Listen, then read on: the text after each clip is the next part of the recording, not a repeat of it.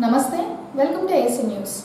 అద్దంకి మండలంలోని అన్ని ప్రభుత్వ పాఠశాలలు అభివృద్ధి లక్ష్యంగా పాఠశాల ప్రధానోపాధ్యాయులు, ఎస్ఎంసీ కమిటీ చైర్మన్లు పనిచేయాలని అద్దంకి మండల విద్యాశాఖ అధికారి బూతాటి సుధాకర్ అన్నారు. అద్దంకి మండలం ఎంఆర్సీ కార్యాలయంలో గురువారం పాఠశాల అభివృద్ధిపై అద్దంకి మండలంలో ఉన్న ప్రభుత్వ పాఠశాలల ప్రధానోపాధ్యాయులకు ఎస్ఎంసీ కమిటీ చైర్మన్లు ఒకరోజు శిక్షణ కార్యక్రమాన్ని ఏర్పాటు చేయగా ఎంఈఓ సుధాకర్ హాజరయ్యి మాట్లాడారు.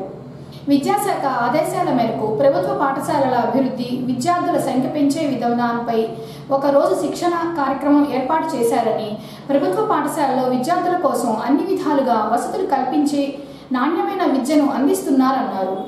ఎస్ఎంసీ కమిటీ సభ్యులు, పాఠశాల ప్రధానోపాధ్యాయులు కలిసి ప్రభుత్వ పాఠశాలలో విద్యార్థుల సంఖ్య పెంచాలని ఎంఈఓ తెలియజేశారు. ఈరోజు రాష్ట్ర ప్రభుత్వ ఉత్తర్వుల ప్రకారం ఎస్ఎండిసి స్కూల్ మేనేజ్మెంట్ డెవలప్మెంట్ కమిటీ పాఠశాల స్థాయిలో ప్రధానోపాధ్యాయులకి మరియు చైర్మన్ గారికి ఒకటే ఓరియంటేషన్ జరుగుతుంది. ఈ ఓరియంటేషన్ క్లాసులో పాఠశాల అభివృద్ధిని ఏ విధంగా చేయాలి, ప్రజల సహకారం ముందు తీసుకొని చేయాలి, అదేవిధంగా డ్రాప్ అవుట్స్ని గుర్తించి వాళ్ళు బడికి వచ్చేది చూడాల్సిందే. తర్వాత గవర్నమెంట్ ఇచ్చిన గవర్నమెంట్ ఫండ్స్ మాత్రం దేనికి ఎలా వాడాలి, దీనికోసం ట్రైనింగ్ ఇస్తున్నాము. దీనికోసం మన బొమ్మనపాడు హెడ్ మాస్టర్ గారిని, కోర్సు డైరెక్టర్ గారు, అదేవిధంగా 3 సిఆర్పీలు మరి ఆర్పీకి వెళ్ళి వచ్చినారు. వాళ్ళు తరిఫీద్ అయ్యి, బాపుడు తరిఫీద్ అయ్యి ఇక్కడ ఉపాధ్యాయులకి ట్రైనింగ్ ఇస్తున్నారు. ఇది వరంటే ఓరియంటింగ్ క్లాస్ ఉదయం 9 నుంచి సాయంత్రం 5 గంటల జరుగుతుంది. కాబట్టి ప్రతి ఉపాధ్యాయుడు కూడా దీన్ని అవగాహన చేసుకుని దాని పాఠశాల ఇంప్లిమెంట్ చేయాలని కోరుతున్నాం. ముఖ్య ఉద్దేశం అంటే పాఠశాలలో మౌలిక వసతులు, పాఠశాలలో డ్రాప్ అవుట్స్ లేకుండా ఈ కమిటీ వాళ్ళు చేయాలి. రోజు కూడా పాఠశాలకు వచ్చి పాఠశాల మధ్యాహ్నం భోజనం పరిశీలించి, మధ్యాహ్నం భోజనం లేదా లోటుపాట్లు ఉంటే ఆ ప్రధానోపాధ్యాయులు తెలియజేయడం, ఆ వంటను తెలియజేయడం చేయాలి. అదేవిధంగా బాత్రూములు, తర్వాత పాఠశాల శుభ్రంగా ఉండేది చూడాలి. ఇది ప్రత్యేకమైన కార్యక్రమం. దీన్ని మన రాష్ట్ర ప్రభుత్వం వారు దీన్ని ఇంప్లిమెంట్ చేస్తున్నాం. కాబట్టి ప్రతి ఉపాధ్యాయుడు కూడా ట్రైనింగ్ పొంది దాన్ని పాఠశాలలో ఇంప్లిమెంట్ చేయకూర్చున్నాం. పేరెంట్స్గా మీరు గుర్తించండి, లేకపోతే వాళ్ళకి అలా చేతులు శుభ్రపరచుకునే విధానాన్ని తెలియజేయండి. మేము స్కూల్లో తెలియజేస్తూనే ఉంటాం. అలాగే ఏ నెక్స్ వచ్చినప్పుడు, హ్యాండ్ వాష్ డే జరిగినప్పుడు ప్రతిసారి చెప్తూనే ఉంటాము. ముఖ్యంగా పిల్లలు మట్టిలో ఆడుకుంటున్నారు కాబట్టి ఆ మట్టి నుంచి వచ్చే బ్యాక్టీరియా చేతి గోడల్లో కానివ్వండి, చేతులు కానీ ఉండిపోయి వాళ్ళు ఏదైనా తినుబండారాలు లేదా ఆహార పదార్థాలు తినేటప్పుడు ఆహారంతో పాటుగా బ్యాక్టీరియా కానివ్వండి లేదా క్రిములు శరీరంలో పోయి వ్యాధులు కలిగించే అవకాశం ఉంటుందండి. సో పిల్లవాడు ఎప్పుడైతే ఆరోగ్యంగా ఉంటాడో అప్పుడు మాత్రమే హై స్కూల్స్, యూపీ స్కూల్స్లో ఆడపిల్లలకి మెన్సురేషన్ టైం ఏమవుతుందంటే టాయిలెట్స్లో శానిటరీ ప్యాడ్స్ వేస్తున్నారు. అలా వేయకుండా అక్కడ మనం ఒక డస్ట్బిన్ ఏర్పాటు చేస్తే ఆ డస్ట్బిన్లో వేస్తే బాగుంటుంది. లేకపోతే వాళ్ళు ఏం చేస్తారంటే ఆ టాయిలెట్ సీట్స్లో వేయడం వల్ల వాటర్ అనేది స్టక్ అయిపోయి అది చెడిపోవడం జరుగుతుంది. కాబట్టి ఇటువంటి అంశాలు తల్లిదండ్రులుగా తల్లి చెప్పకపోయినా తల్లులు ఈ విషయాన్ని కొద్దిగా సున్నితంగా వాళ్ళకి చెప్పండి.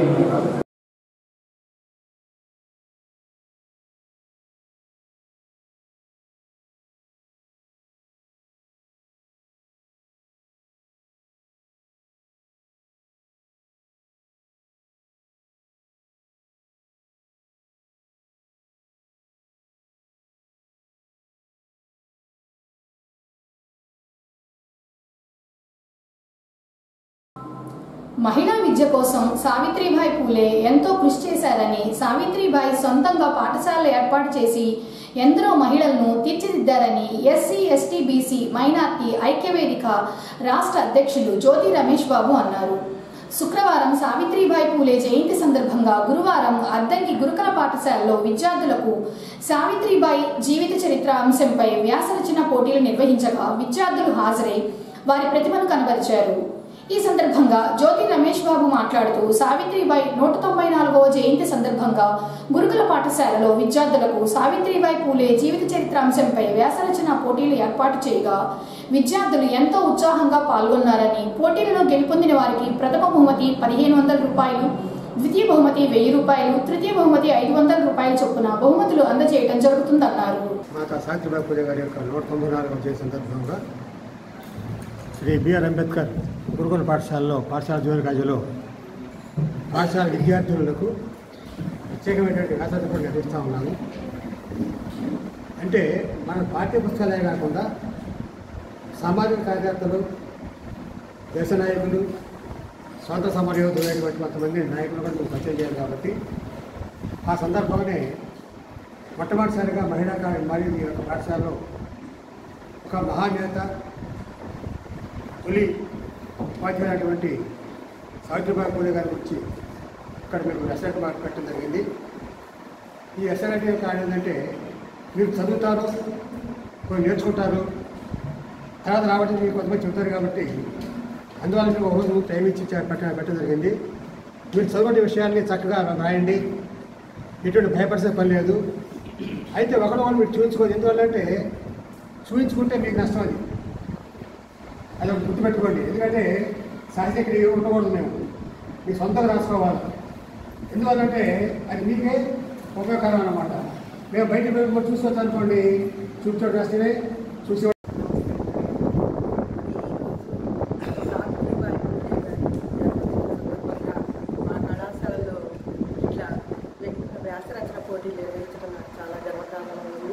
మా కళాశాలని మన రమేష్ జ్యోతి రమేష్ గారు మరి ఇతర సభ్యులందరూ కూడా ఎంచుకొని మా ఉపాధ్యాయ వర్గాన్ని అందరికీ కూడా నేను సన్మానం చేయాలని ప్రత్యేక ధన్యవాదాలు తెలియజేస్తున్నాను.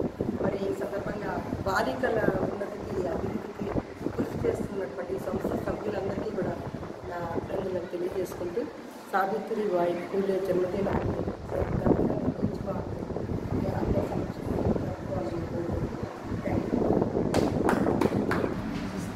తెలుగు అయితే తెలుగులో ఏముందంటే గ్రాండ్ సావిత్రిబాయి పూలే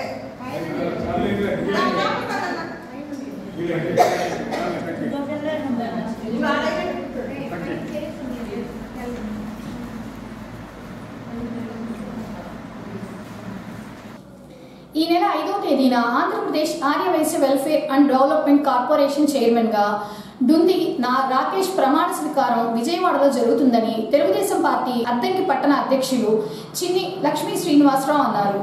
అద్దంకి పట్టణంలోని స్థానిక గీతా మందిర్లో గురువారం ప్రమాణ స్వీకారానికి సంబంధించిన ఆహ్వాన పత్రికలను కౌన్సిలర్ రమేష్, ఊటుకూరి రామకోటేశ్వరరావు, చిన్ని శ్రీను తదితరులు కలిసి ఆవిష్కరణ చేశారు. ఆంధ్రప్రదేశ్ రాష్ట్రంలో తెలుగుదేశం ప్రభుత్వం అధికారంలోకి వచ్చిన ఆర్యవైశ్యులను గుర్తించి పదవులు కేటాయించిన రాష్ట్ర ముఖ్యమంత్రి చంద్రబాబు నాయుడుకి ధన్యవాదములు అని చిన్ని శ్రీనివాసరావు తెలిపారు. 5వ తేదీన జరిగే ప్రమాణ స్వీకార కార్యక్రమంలో ఆర్యవైశ్యులందరూ పాల్గొని జయప్రదం చేయాలని కోరారు.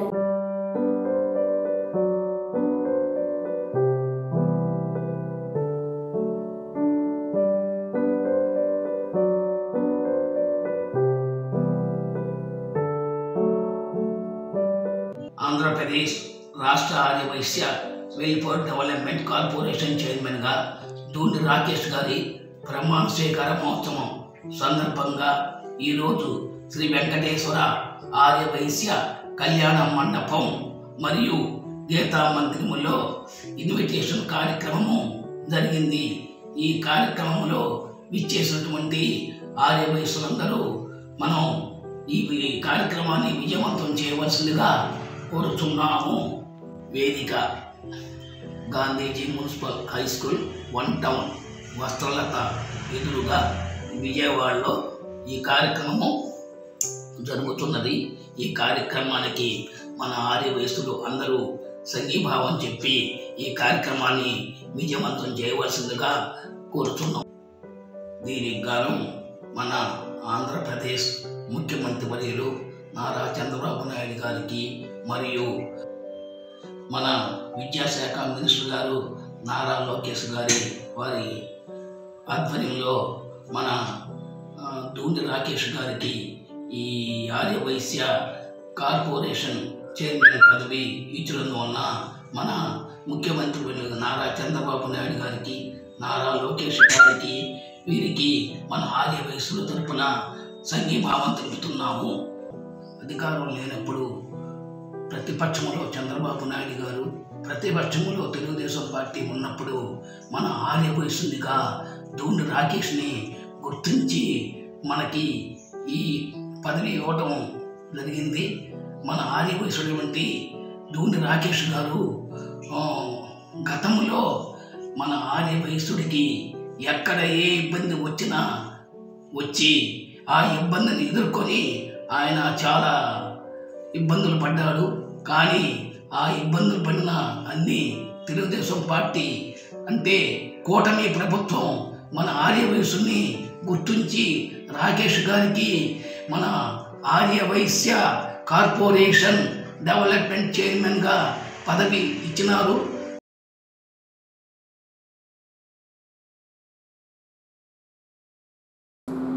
జనవరి 5వ తేదీన అద్దంకి పట్టణంలోని ప్రభుత్వ బాలుర పాఠశాలలో విధోన్నతి ఫౌండేషన్ ఆధ్వర్యంలో 10వ తరగతి మెరిట్ విద్యార్థులకు స్కాలర్షిప్ టెస్ట్ నిర్వహిస్తున్నారని ఫౌండేషన్ డైరెక్టర్ దూలిపాల వీరనారాయణ తెలిపారు. మెరిట్ టెస్టుకు సంబంధించిన కరపత్రాలను మన్నం త్రిమూర్తులు కార్యాలయంలో ఆవిష్కరణ చేశారు. ఈ సందర్భంగా వీరనారాయణ మాట్లాడుతూ అద్దంకి, పంగులూరు, ఇంకొల్లు మండలాల్లోని ప్రభుత్వ హై స్కూల్లో చదివే 10వ తరగతి విద్యార్థులకు మాత్రమే మెరిట్ స్కాలర్షిప్ టెస్ట్ నిర్వహిస్తున్నారని, హై స్కూల్ ప్రధానోపాధ్యాయులు జనవరి లోపు విద్యార్థుల వివరాలు ఇవ్వాలన్నారు. 5వ తేదీన ఉదయం 10 గంటల నుంచి 11 గంటల వరకు పరీక్ష జరుగుతుందన్నారు. ఈ మెరిట్ టెస్ట్ లో దాదాపు 300 మంది పైగా విద్యార్థులు హాజరయ్యే అవకాశం ఉందని స్థాపించి వీరనారాయణ గారు వారి మిత్ర బృందం దాదాపుగా 3 సంవత్సరాలు అయింది. ప్రతి సంవత్సరం కూడా 10th క్లాసులో ఈ విద్యానిధి ఫౌండేషన్ తరఫున విద్యార్థులకు మెరిట్ స్కాలర్షిప్ ఇవ్వడానికి ఈ ఎగ్జామ్ ద్వారా వాళ్ళకి ప్రతి సంవత్సరం కూడా దాదాపుగా 3 లక్షల రూపాయలు ఈ స్కాలర్షిప్స్ ఇవ్వటం జరుగుతుంది. వారు ఎంతో కష్టపడి విద్యార్థుల కోసం, విద్యార్థుల భవిష్యత్తు కోసం వారి సొంత నిధులతో చేస్తున్న ఈ ఎగ్జామ్స్ ను, వారి ఇచ్చే స్కాలర్షిప్ ను విద్యార్థులు విధిగా బాధ్యతగా ఉపయోగించుకోవాలి. కాబట్టి ఈ ఎగ్జామినేషన్ ఈ నెల అంటే జనవరి 5వ తారీఖున boys high school Addanki boys high స్కూల్లో ఉదయం 10 నుంచి 11 గంటల వరకు ఎగ్జామ్ జరుగుతుంది. ఈ నెల 2వ తారీఖు వరకు కూడా వారి స్కూల్స్ నుంచి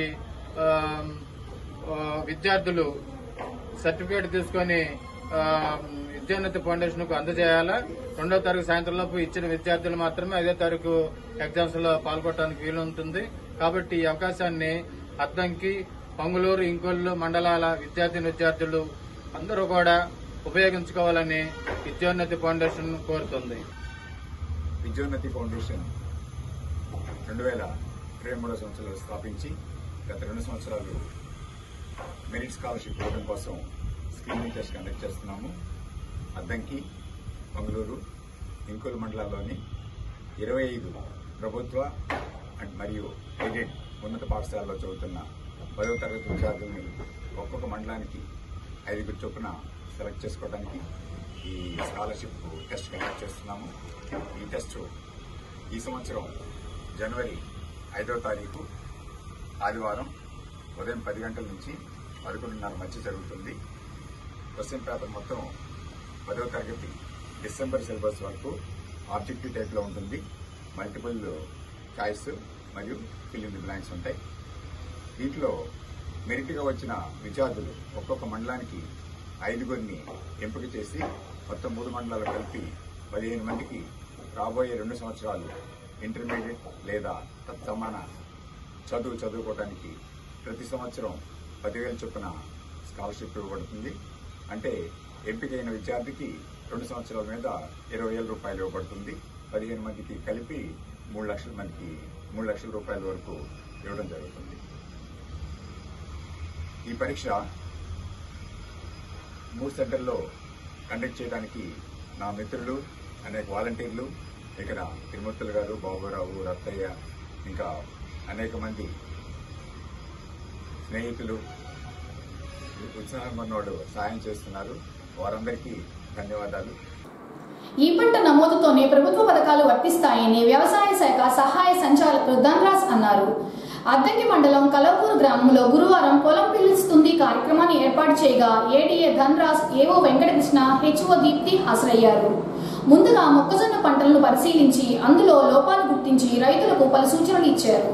ఈ సందర్భంగా జరిగిన కార్యక్రమంలో ఏడీఏ మాట్లాడుతూ ప్రతి రైతు ఈ పంట నమోదు చేసుకోవాలని, గిట్టుబాటు ధరలు, ఇన్పుట్ సబ్సిడీ, వడ్డీ రాయితీ, అన్నదాత సుఖీభవ పథకాలు ఈ పంట నమోదుతో వర్తిస్తాయని ఏడీఏ చెప్పారు. అద్దంకి మండలంలో ధాన్యం కొనుగోలు కేంద్రాలు ఏర్పాటు చేశారని, ధాన్యం పండించిన రైతులు ధాన్యం కొనుగోలు కేంద్రాల్లో అమ్ముకొని ప్రభుత్వం కల్పించే మంచి గిట్టుబాటు ధర పొందాలని ఏడీఏ ధనరాజ్ పేర్కొన్నారు. వచ్చినప్పుడు ఆ కన్సర్న్ రోడ్లు కరెక్టా కాదా ఇది తెలుసుకోండి. కంపెనీలు కానీ ఎవరు వస్తాం ఈ రిజిస్టర్డ్ కంపెనీసా కాదా అనుమానం వస్తే మేడం గారికో కన్సర్న్ రోడ్కు వాళ్ళ సంబంధించిన అతను కృష్ణారావు అతను ఉంటాడు, వాళ్ళకి ఐడియా ఉంటుంది.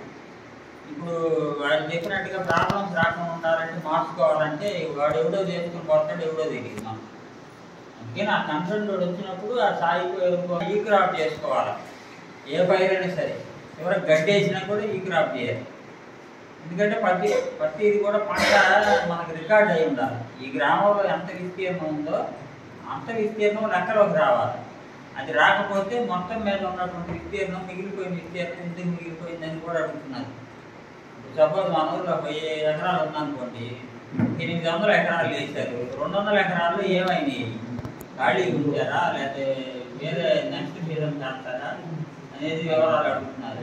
తర్వాత ఏంటంటే ఇప్పుడు ఉదాహరణ వదిలింది అనుకోండి, గ్రామంలో కూడా ఎక్కువగా పండించిన వాళ్ళు ఎవరు, మధ్యస్థంగా పండించిన వాళ్ళు ఎవరు, తక్కువగా పండించిన వాళ్ళు ఎవరు, ఎక్కువగా ఎందుకు పండించాడు, అతను ఏ విధమైన పద్ధతులు పాటించాడు, అతను మధ్యస్థంగా ఉన్నవాడికి ఏంటి తేడా, కింద స్థాయిలో ఎందుకు తక్కువ వచ్చింది అంటే భూమి యొక్క ఇబ్బంది, భూమిలో తేడా ఉంది, నేల సారం లేకపోతే తగ్గిందా, లేకపోతే ఇతను ఏమన్నా ఎక్కువగా ఎరువులు వాడి చేశాడా, భూమి ఏమన్నా పోషకాలు లేక అట్లా అయిపోయిందా, ఇవన్నీ కూడా లెక్కలోకి తీసుకొని వివరాలు తీసుకోమని కూడా ప్రతి ఆర్బీకే నుంచి కూడా అడిగారు. మీ గ్రామంలో కూడా మరి స్థాయి చెప్పాం ఆల్రెడీ. అంటే మనకి డిపార్ట్మెంట్కి ఏంటంటే రాష్ట్ర ప్రభుత్వం కూడా ఈ దిగుబడిలో వ్యత్యాసం ఎందుకు వస్తుంది, ముఖ్యంగా ఈ సన్న రకాల్లో ఎందుకు వస్తుంది అనేది అడుగుతున్నారు. అంటే కొన్ని జిల్లాల వరకే, ప్రకాశం అవి లేవు మళ్ళా. కాబట్టి ఇవన్నీ కూడా మనం ప్రతిదీ కూడా అంచనా వేస్తున్నారు. తర్వాత ఇప్పుడు ఎరువుల విషయానికి వచ్చానుకోండి, కార్మికులు ఇంచుమించు అన్ని ఎరువులు అందుబాటులో ఉంచారు.